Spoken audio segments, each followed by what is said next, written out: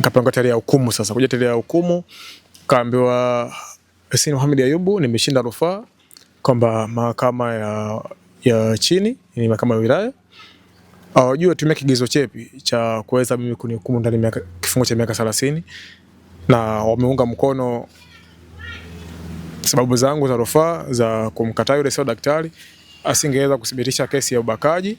Kesi ya ubakaji itajika thibitisho na hospitali ya rufaa ya ngazi ya wilaya pamoja na hospitali ya mkoa. Na mashahidi wale kukataa sasa pale hawajui kama ilitumika rushwa kweli, makani nikata sababu kama pale ilitumika rushwa kuweza mimi kuninyima haki zangu za msingi.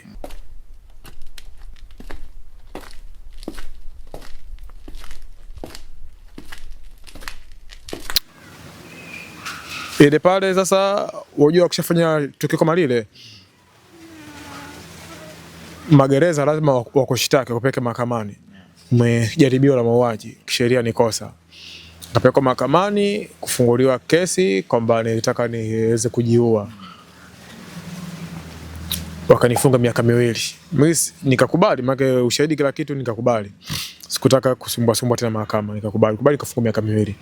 Sasa ile miaka 2 sikuiona mingi kwa sababu mimi nina mzigo miaka 30.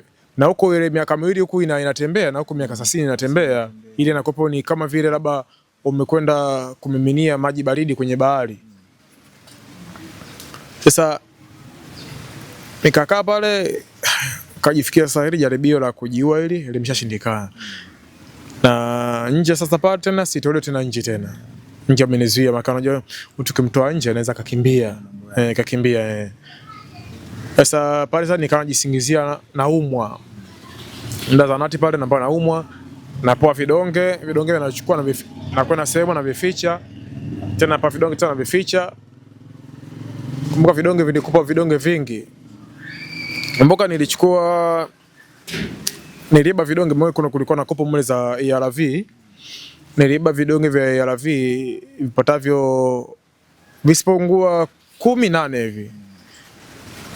Siku ya usiku sasa katika bweni nikaamka usiku hivi nikachukua chupa yangu ya maji nikameza vidonge vile kulala hivi ya muda sasa kama nusu saa hivi vidonge sasa vile vikawa vinanipeleka mapigo ya moyo kasi hivi kwa nguvu natoka povu pale nikawa na focus sana kufocus ile mfungo pembeni yangu kana nisikia pale akamuita yule nyapara wa selo kama kwa mtu anafoka kutoka povu hapa au Baloteli kuja pale anichukua akagonga mlango usiku ilikuwa saa 5 saa ngapi ile gonga mlango pale nikatolewa nikapelekwa zahanati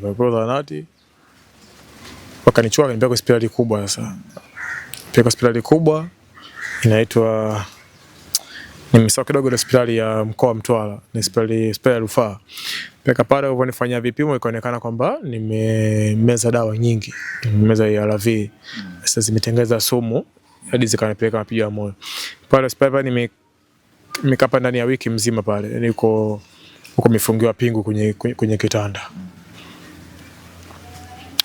upata nafuu pale nikarudishwa gerezani kwa gereza akasema huyo mtu atakuja kuniletea shida hapa gerezani. Sasa msingi za huyu hebu ulizieni rufaa yake vipi kama rufaa yake imechelewa basi ameshapeleka Ukonga. Akasubiria rufaa yake Ukonga huko. Wakati anaongea vile hajafika hata wiki ikaja samanzi pale kwamba Yasin Mohamed Ayubu anatakiwa kwenda Ukonga kwa ajili ya kusikiza rufaa. Nikapewa escort na askari wawili kuweza kunisafirisha mpaka Ukonga kuja kusikiza rufaa sasa. Fika Ukonga nikakaa ilipofika ile tarehe mahakamani kwenda mahakamani pale faili langu alionekani nikarudishwa Ukonga nikaendelea kuishi pale mpaka faili langu lipatikane. Nikakaa pale kuja kuonekana faili langu na kwenda kusikiliza rufaa yangu pale. Nakumbuka ilikuwa jaji mkuu wa Tanzania, maana ilikuwa ni TCA sasa, mahakama TCA majaji watatu, majaji wasaidizi. wamesoma pale, nikaambiwa nirudi gerezani, nikapanga tarehe ya hukumu. Sasa kuja tarehe ya hukumu, kaambiwa Yasin Mohamed Ayubu nimeshinda rufaa kwamba mahakama ya chini, ni mahakama ya wilaya, hawajui tumia kigezo chepi cha kuweza mimi kunihukumu ndani ya kifungo cha miaka 30, na wameunga mkono sababu zangu za rufaa za kumkataa yule sio daktari asingeweza kuthibitisha kesi ya ubakaji. Kesi ya ubakaji itajika thibitisho na hospitali ya rufaa ya ngazi ya wilaya pamoja na hospitali ya mkoa,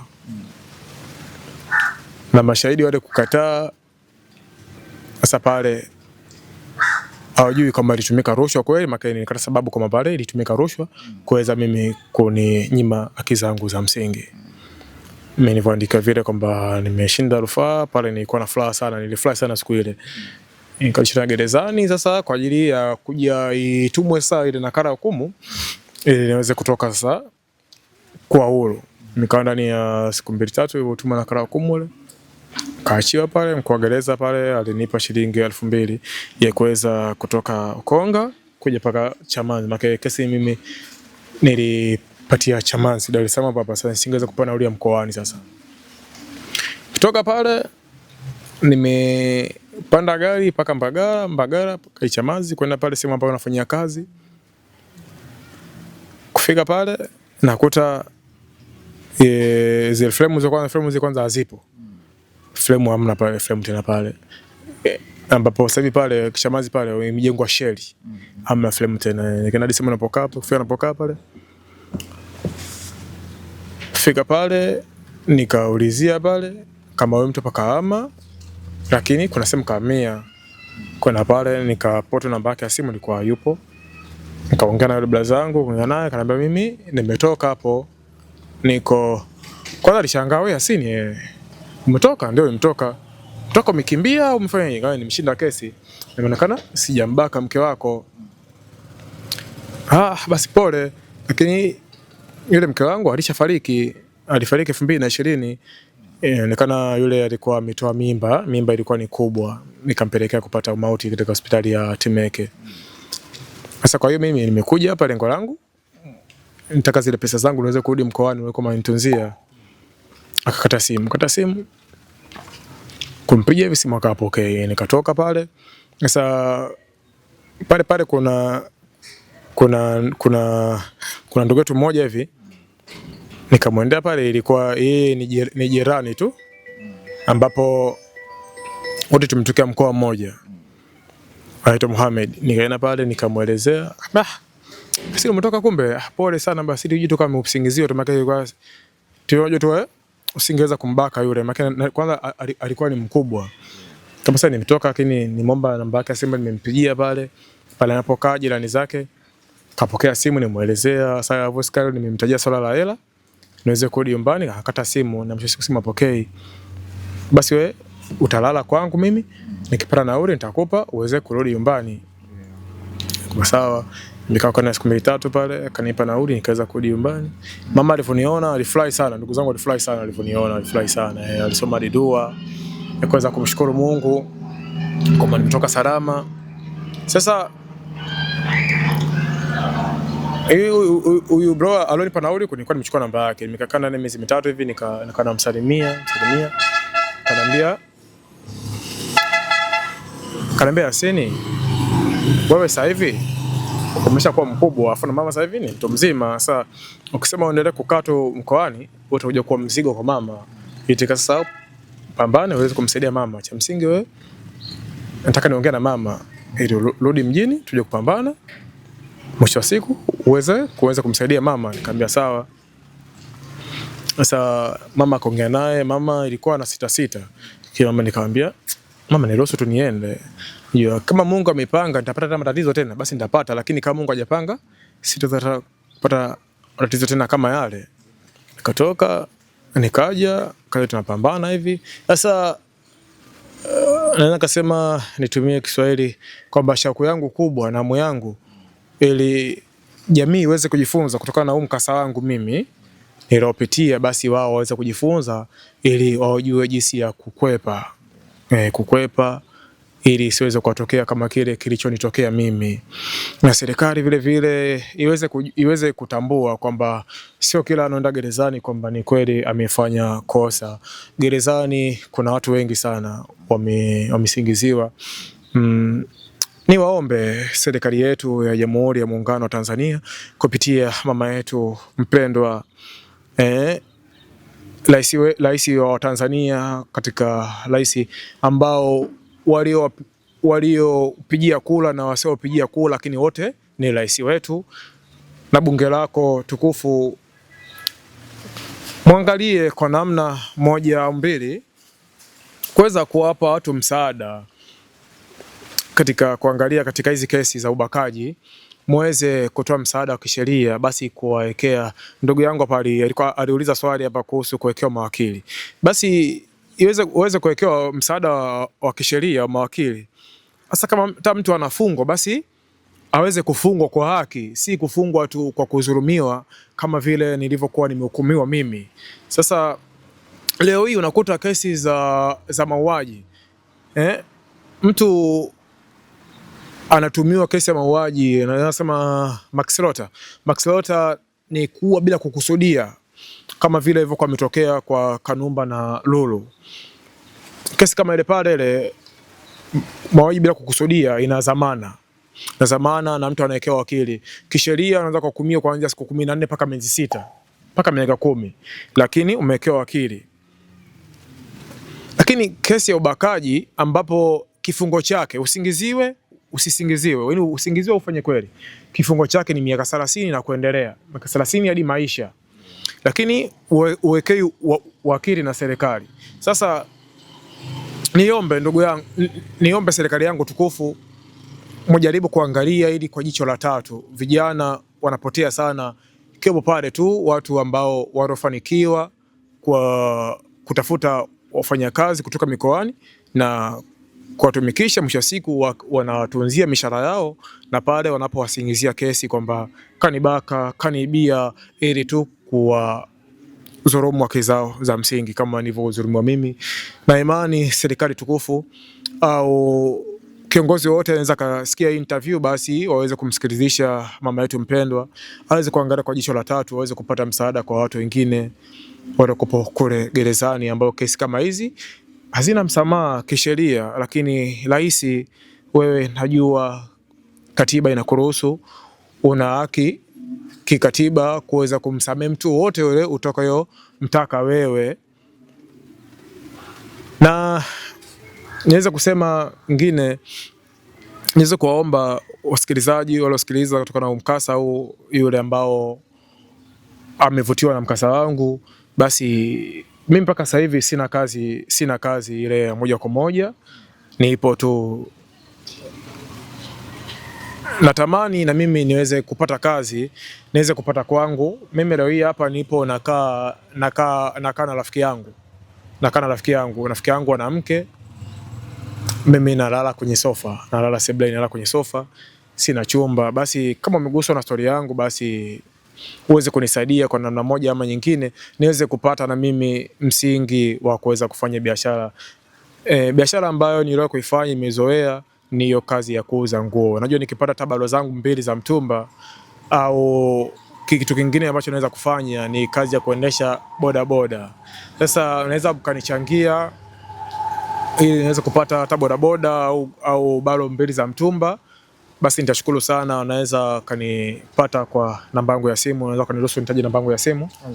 Sawa. Unaweza kupata kwa namba ya simu hii. Kama upo nje ya Tanzania, upo ndani ya Tanzania, basi unaweza kunitumia mchango wako.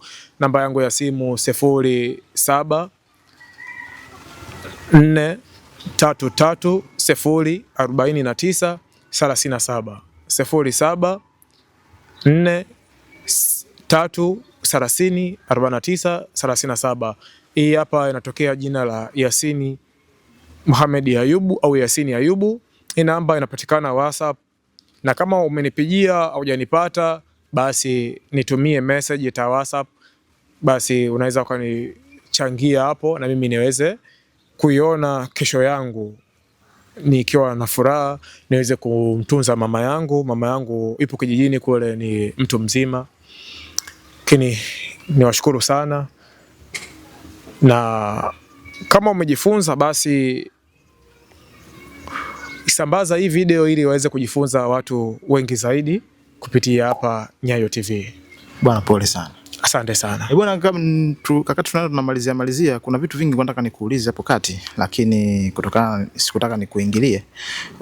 Tangu umeanza kuingia gerezani, ni magereza mangapi ambayo unakumbuka kwa idadi ambayo umeweza kutumikia kifungo chako mpaka pale ambapo umekuja ukaachiwa ukashinda kwa dhamana? Magereza ambayo nimekaa ni zaidi ya siku 2 nasema kukaa. Masasi nimepita tu, na Songea mjini nimepita, hizo gereza 2 ambazo kupita kukaa hivi. Kukaa ile kwa masafu mnapita gereza zingine hizo 2. Kitai, Tendi mjini, Mtwara, pale Lirungu, Segerea, Ukonga.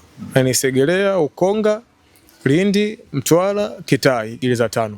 Na zile 2 zilizopita ni gereza 7, lakini gereza nizo ishi zaidi ya miezi 5 ni gereza hizo 5. Kwa jumla ni kama gereza 7. Okay, na kwenye hayo magereza ambayo umeishi, ni event gani au tukio gani ambalo lilitokea ukao unajutia na unalikumbuka mpaka sasa hivi ambapo upo uraiani? Tukio ambalo limetokea mimi au limetokea wafungwa wengine? Limekutokea wewe au limetokea wafungwa wengine? Tukio ambalo mimi nimetokea ni hilo, kujishambulia mimi mwenyewe, kutaka kujiua na kumshambulia askari pale alipotaka kunipiga na fimbo zile, kasi kuna nipiga fimbo, kumshambulia ile na silaha. Nilijutia endapo yule askari, ningemuoa mimi ningekuwa kwenye hatua gani? Ni pale japo nilifanya vile kwa hasira, lakini baadaye nilijutia sana lile tukio. Ambapo tukio lingine niloliona kwa macho yangu kabisa nikiwa pale gerezani Mtwara, wafungwa walikuwa wanacheza kamari, kuzomiana, akamechukua kijiko akawa amemchoma mwenzake katika jicho na kumtofoa jicho, mpaka akasababisha mwenzake kupata jina la kumuita Ngurumo. Lakini alikuwa mingia gerezani akiwa mzima, kwa baada ya kamari akatobolewa jicho. Na tukio lingine hapo tena kwenye kamari hapo wafungwa wamezomiana. Sasa yule mmoja akaweza kukubali, akamng'ata meno katika sikio, kuja kutoa sikio liko nusu. Sawa. Na vipi? Kini kiuhalisia, pole sana kwa jambo ambalo limetokea, na nahisi watu wengi na Watanzania watakuwa wamejifunza kwenye hili ambalo limetokea. Kwenye movie nyingi ambazo zilikuwa zinaonekana na watu wengi wanasema kwamba ukiingia gerezani unapokelewa. Je, wewe hamna gereza ambao uliingia hajasema mke wetu, haja kutokea hiyo?